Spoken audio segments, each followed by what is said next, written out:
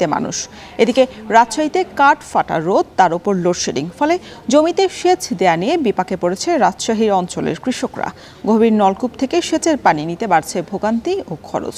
এ বিষয়ে বিস্তারিত জানাতে ময়মনসিংহ থেকে যুক্ত হচ্ছেন সহকর্মী ইমতিয়াজ আহমেদ ও রাজশাহী থেকে যুক্ত হচ্ছেন সহকর্মী রাকিবুল হাসান। শুরুতেই চলে যেতে চাই ময়মনসিংহের ইমতিয়াজের কাছে। ইমতিয়াজ, জানাবেন যে প্রতিদিন ময়মনসিংহে লোডশেডিং হচ্ছে, সাধারণ মানুষের ভোগান্তিতে পড়ছে, এর জন্য আসলে কোনো ব্যবস্থা নেওয়া হচ্ছে কিনা? রওশন, বিদ্যুৎ আসলে কখন আসে কখন যায় সেটি ঠাউর করায় এখন বড় একটা দায় হয়ে গেছে। মূলত একদিকে প্রচণ্ড রোদ, অন্যদিকে লোডশেডিংয়ের যে একেবারে নাকাল জনজীবন, বিশেষ করে শহরের তুলনায় গ্রামের অবস্থা কিন্তু ভয়াবহ। যেহেতু শহরে পিডিবি রয়েছে, গ্রামের দিকে আমরা দেখতে পারি যে পল্লী বিদ্যুৎ। যদি বলি যে গ্রাম অঞ্চলে প্রায় 3 থেকে 4 ঘন্টার উপরে বিদ্যুৎ থাকে কিনা সেটি নিয়ে বড় সন্দেহ রয়েছে। এবং সাধারণ মানুষ কিন্তু আমাদেরকে অনেক অভিযোগই করছেন যে আসলে এই বিদ্যুৎ কখন তারা এটি স্বাভাবিক হবে। এবং শহর অঞ্চলেও কিন্তু ঘন ঘন লোডশেডিং হচ্ছে, যার কারণে আমরা দেখতে পাচ্ছি যে জনদুর্ভোগ, পাশাপাশি ক্ষুদ্র মাঝারি যে শিল্পগুলো রয়েছে সেগুলো অনেকটা সময় কিন্তু বন্ধ থাকতে এবং ব্যবসা বাণিজ্যে একটা প্রভাব পড়ছে।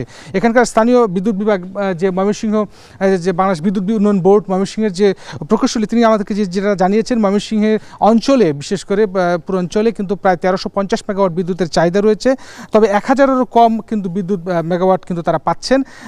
এটি যদিও এটা নির্ভর করে আসলে মূলত তাপমাত্রার উপর। যদি গরম বেশি থাকে তবে চাহিদাটা একটু বাড়ে, যদি তাপমাত্রা কম থাকে চাহিদা কম থাকে। এবং এটি কিন্তু আসলে এই বিদ্যুৎ না থাকার কারণে, যেটা আপনি বলছিলেন যে আসলে এটি কিন্তু কৃষিক্ষেত্রে একটা বড় প্রভাব পড়ছে।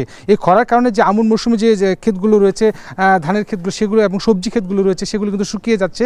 এবং বেশিরভাগই কিন্তু আসলে বিদ্যুৎ চালিত পাম্পে পানি দেওয়া হয়। সুতরাং বিদ্যুৎ না থাকার কারণে কিন্তু অনেক জমি জমা ফেটে চৌচির, এবং সেই কৃষিক্ষেত্রে কিন্তু একটা বড় ধরনের প্রভাব পড়ছে। এবং সেই কারণে কিন্তু খরচটাও, যেহেতু ডিজেলে তারা অনেক পানির ব্যবস্থা অনেকে করার চেষ্টা করছেন, আর সেহেতু খরচটাও কিন্তু তাদের বেশি পড়ছে। তবে সাধারণ মানুষ যেটা চাচ্ছেন যে দ্রুত সময়ের মধ্যে যা যদি এই বিদ্যুতের এই ভোগান্তিটা যদি আসলে না কমে, তাহলে কিন্তু দুর্ভোগটা আরও বাড়তে থাকে। বিশেষ করে ময়মনসিংহ নগরীতে আমরা বাসাবাড়িতে দেখেছি যে বিভিন্ন সময় যে পানি, বিদ্যুৎ না থাকার কারণে পানিতে সমস্যা হচ্ছে, এবং সেই সাথে তাদের ছোটো ছোটো যারা শিশু রয়েছেন, বয়স্ক রয়েছেন, তাদেরকেও কিন্তু আসলে জীবনযাত্রায় কিন্তু ব্যাঘাত ঘটছে। এবং এই যে গরমের কারণে কিন্তু অনেকে অসুস্থ হয়ে পড়ছেন, হাসপাতালেও কিন্তু ডায়রিয়া সহ বিভিন্ন ধরনের রোগের প্রকোপ কিন্তু আমরা দেখতে পাচ্ছি। এবং আমরা রয়েছি বিদ্যুৎ উন্নয়ন বোর্ডের একটা স্টেশনে, এবং এখানে আরেকটি তথ্য দেওয়া প্রয়োজন রওশন। ময়মনসিংহে যে বিদ্যুৎ উৎপাদন কেন্দ্রটি রয়েছে সেখানে কিন্তু 210 মেগাওয়াট বিদ্যুৎ প্রতিদিন উৎপাদন করার কথা, তবে গ্যাসের চাপ থাকার কারণে 10 মেগাওয়াট বিদ্যুৎ আসলে উৎপাদন করা অনেক সময় সম্ভব হয় না। অনেক সময় শূন্যের কোটায় থাকে সেই বিদ্যুৎ উৎপাদন, যার কারণে কিন্তু এই যে স্থানীয় পর্যায়ে যে বিদ্যুতের যে ঘাটতি, সেটা কিন্তু থেকেই যাচ্ছে, এবং লোডশেডিংয়ের দুর্ভোগ কিন্তু পোহাতেই হচ্ছে। সুতরাং সঞ্চালন লাইনে যে বিদ্যুৎগুলো পাওয়া যাচ্ছে সেটার উপরে ভরসা করতে হচ্ছে, এবং সঞ্চালন লাইন থেকে অনেক সময় যে বিদ্যুৎ প্রয়োজন হয় তার থেকেও কিন্তু কম বিদ্যুৎ পাওয়া যাচ্ছে। সুতরাং লোডশেডিংয়ে পুরোপুরি বলা যায় যে ময়মনসিংহের জনজীবন নাকাল, এবং সাধারণ মানুষের জীবন বিপর্যস্ত হচ্ছে। কৃষি থেকে শুরু করে শিল্প প্রতিষ্ঠান, ব্যবসা বাণিজ্য কিন্তু এর একটা বিপুল প্রভাব পড়ছে, এবং সাধারণ মানুষ দ্রুত এই দুর্ভোগ থেকে, লোডশেডিং থেকে আসলে মুক্তি চায়। সব মিলিয়ে এই ছিল রওশন আমার কাছে ময়মনসিংহ থেকে লোডশেডিংয়ের সর্বশেষ খবর। আমরা ময়মনসিংহের লোডশেডিংয়ের প্রভাব জানছিলাম রাকিবুল। আপনার এখানে রাজশাহীতে কি অবস্থা? লোডশেডিংয়ের ফলে জমিতে সেচ দিতে গিয়ে কি পরিমাণ খরচ বৃদ্ধি পাচ্ছে জানাবেন।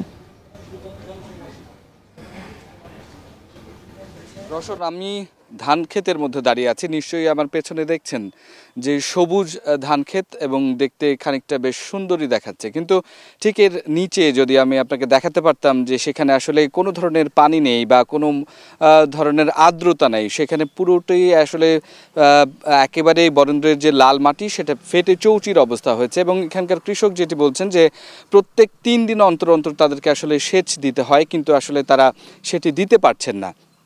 এই ক্ষেত্রে যে আসলে আকাশের পানি আসলে হচ্ছে না শুধু সেটিই কারণ নয়, এর পাশাপাশি যে এখানে যে পরিমাণ আসলে বিদ্যুৎ থাকার কথা সেই পরিমাণ বিদ্যুৎ তারা পাচ্ছেন না, এবং একই সাথে প্রত্যেক দিন প্রায় 6 থেকে 7 ঘন্টা করেও কিন্তু কোনো কোনো ক্ষেত্রে আসলে লোডশেডিং হচ্ছে। এই কারণে তারা কিন্তু এই সেচ সুবিধা থেকে বঞ্চিত হচ্ছেন। একটু আপনি দেখবেন যে আসলে প্রত্যেকটি ডিপ টিউবওয়েলের অধীনে কিন্তু 1 থেকে 150 বিঘা জমি কিন্তু আসলে আছে, এবং সেক্ষেত্রে প্রত্যেকটি বিঘাতে 1 থেকে 1.5 ঘন্টা পর্যন্ত সময় লাগে পানি দিতে, এবং প্রত্যেক বিঘাতে আসলে এখানে আমরা 300 থেকে 350 টাকা, কোনো কোনো ক্ষেত্রে 250 টাকা, অর্থাৎ ডিপ টিউবওয়েলের যতটা কাছাকাছি ততটা আসলে মূল্য কমে আসলে কৃষকরা সেচ সুবিধা দিতে পারেন।